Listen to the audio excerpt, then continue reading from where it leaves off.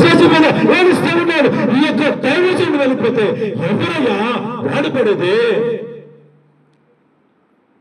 చెప్పాలి. యేసయ్య ఆ యవ్వనస్తుని యొక్క హృదయాన్ని చూశాడు. ఎవరిని చూశాడు?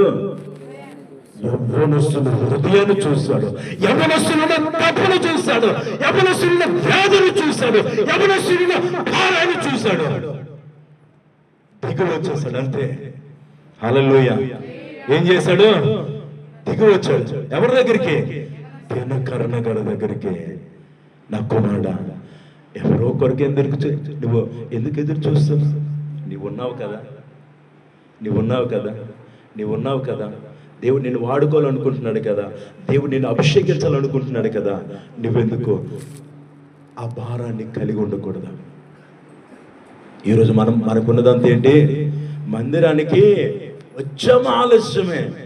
చెప్పాలి. ఇప్పుడు చెప్పండి. మీరు చెప్తలే, నేను చెప్తున్నా. మీరు ఆశించినట్లుగానే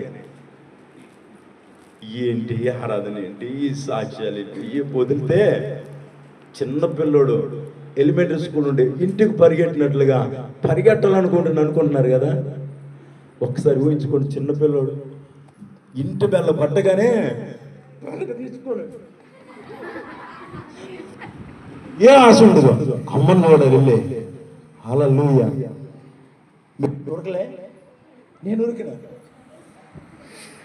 బడే ఆ చివర ఇల్లేమో ఆ చివర ఒకటే ఉరుకు, ఇల్లు వరకు అలుపెరగకుండా పరిగెత్తే.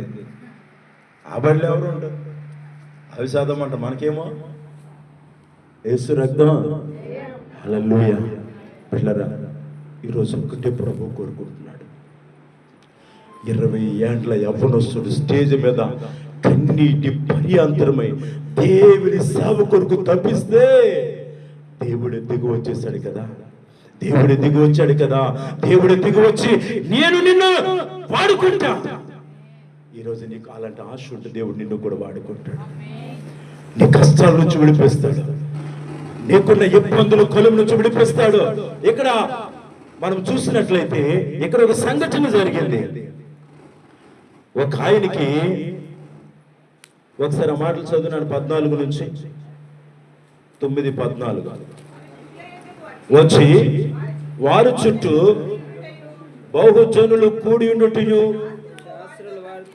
తగ్గించుటయు చూచి వెంటనే జన సమూహమంతయు ఆయనను చూచి విభ్రాంతి నుండి